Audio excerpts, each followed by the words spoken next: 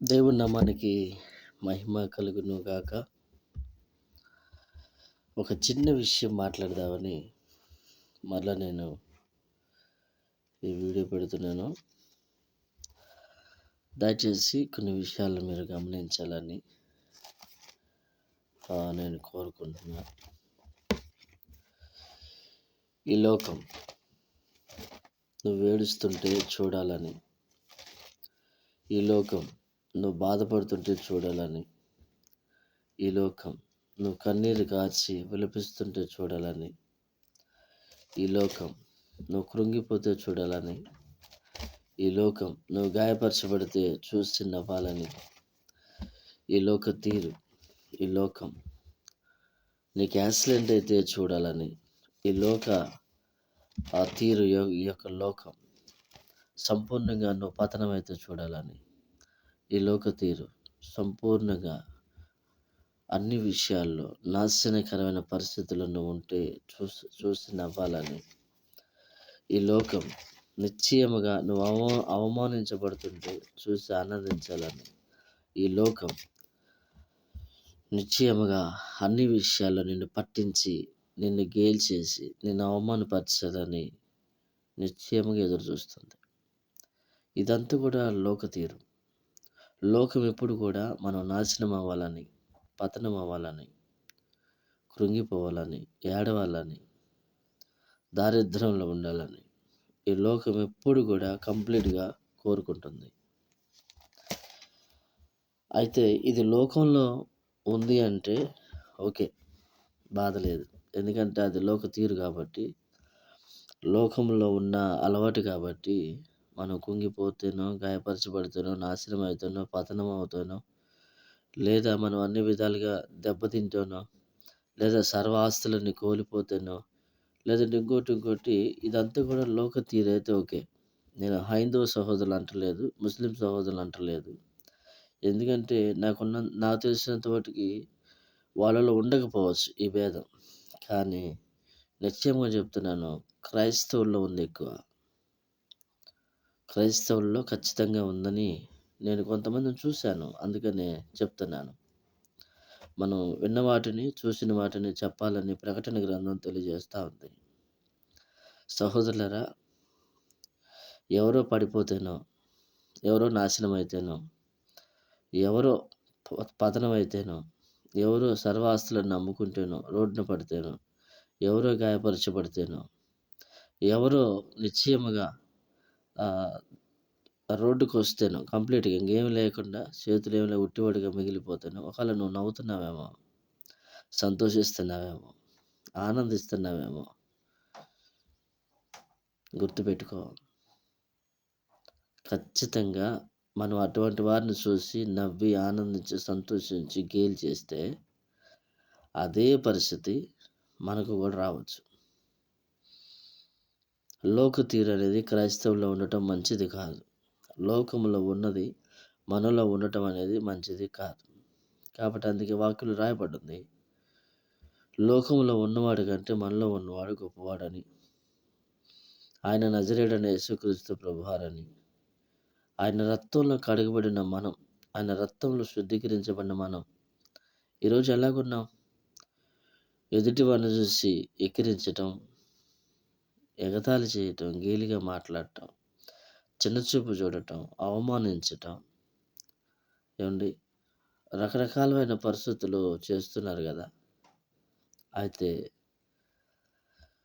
ఒకవేళ నువ్వు సమస్యల్లో, వేదనలో, కష్టాల్లో, ఇబ్బందుల్లో కృంగిపోయి, గాయపరచబడి, సమస్తం కోల్పోయి, విసారిపోయి బాధపడుతున్నావా? నిన్ను ఆదరించడానికి, నిన్ను బలపరచడానికి, నిన్ను ముందుకు నడిపించడానికి ఒకే ఒక ఆయన ఉన్నాడు. ఆయనే నజరేయుడైన యేసుక్రీస్తు ప్రభువారు. మనుషులు ఖచ్చితంగా మనం చూసి ఎగతాళి చేస్తారు, అవమానపరుస్తారు, తక్కువగా చూస్తారు, చిన్న చూపు చూస్తారు. మన ముందు దేనికి పనికిరాని వాడు కూడా ఈరోజు మన గురించి మాట్లాడతాడు. వాళ్ళ మాటలను బట్టి, వాళ్ళ విధానాలను బట్టి, వాళ్ళ క్రియలను బట్టి నువ్వు బాధపడాల్సిన అవసరం లేదు. వారిని బట్టి మనం బాధపడాల్సిన అవసరమే లేదు. ఎందుకంటే ఆ లోక తీరు, ఆ లోక అలవాటు, ఆ లోక పద్ధతి అది. దాన్ని బట్టి మనము బాధపడాల్సిన అవసరం లేదు.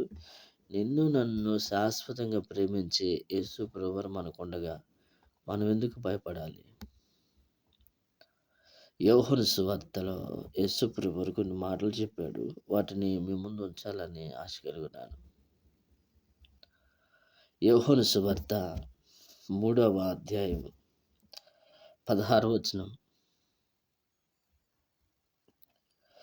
దేవుడు లోకమును ఎంతో ప్రేమించును కాగా ఆయన తన అద్వితీయ కుమారునిగా పుట్టిన వాని యందు విశ్వాసముంచు ప్రతివాడు నశింపక నిత్య జీవము పొందినట్లు ఆయనను అనుగ్రహించెను.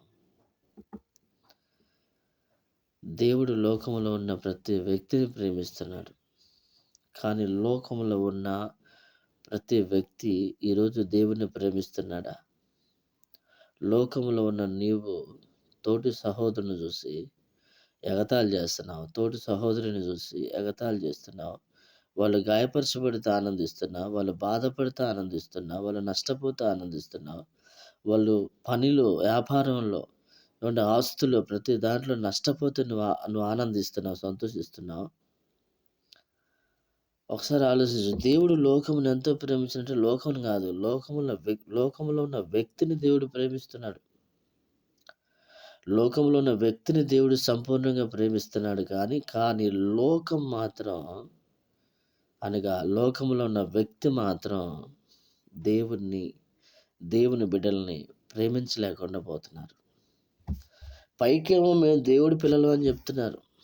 మేము దేవుని పిల్లలు, మేము భక్తిపరులు, మేము దేవుడితో ఉన్నాము, మాకు వాక్యం తెలుసు, మాకు చరిత్రలు తెలుసు అంటున్నారు.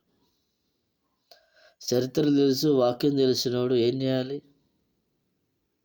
శత్రువుని కూడా ప్రేమించమని వాక్యం చెబుతుంది కదా. నీ హేతువాది అడిగినప్పుడు సాత్వికంతో సమాధానం చెప్పమని వాక్యం చెప్తుంది కదా. అన్ని విషయాల్లో నువ్వు తగ్గి ఉండాలని వాక్యం చెబుతుంది కదా.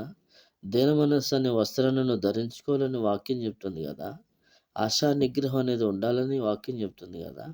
కానీ ఈరోజు నిశ్చయంగా అందులో ఉన్నాం మనం. దేవుడు లోకమును ఎంతో ప్రేమించినంటే లోకాన్ని ప్రేమించలేదు, లోకంలో ఉన్న వ్యక్తిని ప్రేమించాడు. కానీ అదే లోకంలో ఉన్న వ్యక్తి ఈరోజు సావుకులను దూషిస్తున్నాడు, దేవుని పిల్లలను దూషిస్తున్నారు, దేవుని బిడ్డలకి అవమానకరమైన మాటలు మాట్లాడుతున్నారు. ఒకసారి ఆలోచించాలి. నువ్వు దేవుని ఎంతగా ప్రేమిస్తున్నావు? దేవుని బిడ్డలను నువ్వు ఎంతగా ప్రేమిస్తున్నావు?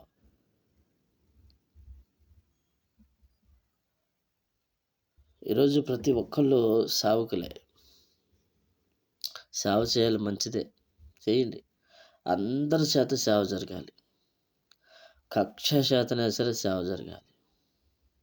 కానీ లెక్క ఉంది, రేపు లెక్క ఉంది, లెక్క చెప్పాలి. ఎక్కడికి పోరు. నువ్వు ఎవరిని దూషిస్తున్నావు, ఎవరిని ద్వేషిస్తున్నావు, ఎవరిని అవమానపరుస్తున్నావు, ఎవరిని తక్కువగా చూస్తున్నావు, ఎవరిని గేలి చేస్తున్నావు, ఎవరు కుంగిపోతే, ఎవరు గాయపరచబడితే వాళ్ళని చూసి నువ్వు నవ్వుతున్నావు, మొత్తం దేవుడు చూస్తున్నాడు. బిడ్డా, యాడికి తప్పించుకోలేవు అనుకుంటున్నావేమో. జాగ్రత్త. చాలా చోట్ల దేవుడు చెప్పిన మాట ఏంటి తెలుసా? నేను నిన్ను ఎరిగి ఉన్నాను, నీ అంతరంగములన్నిటిని నేను పరిశీలిస్తున్నాను, నీ క్రియలు నేను ఎరిగి ఉన్నాను. సంఘములన్నిటికీ తెలుసు అంట ఆయన ఎరుగున్న సంగతి. అంటే ఏంటి? అందరికీ తెలుసు దేవుడు ఎరుగున్నాడని. రేపు మాటను బట్టి తీర్పులోకి వస్తావు, ఆలోచన బట్టి తీర్పులోకి వస్తావు, నువ్వు నడిచే క్రియలను బట్టి తీర్పులోకి వస్తావు. జాగ్రత్త. చాలామంది చివరిలో ఒక మాట అనాలనుకుంటున్నాను. మీరు ఎవరు దయచేసి నేను ఎవరిని ఉద్దేశించి మాట్లాడలేదు, బాధపడద్దు. నేను మిమ్మల్ని అనట్లేదు, అందరిని అనట్లేదు, కొందరిని అంటున్నాను. నిన్ను మించిన పోటుగాళ్ళు చాలా మంది ఉన్నారట. నిన్ను మించిన పోటుగాళ్ళు పొడిచే వాళ్ళు చాలా మంది ఉన్నారు. నువ్వు ఒక్కడే అనుకో మాకు. ఓకే. జాగ్రత్త.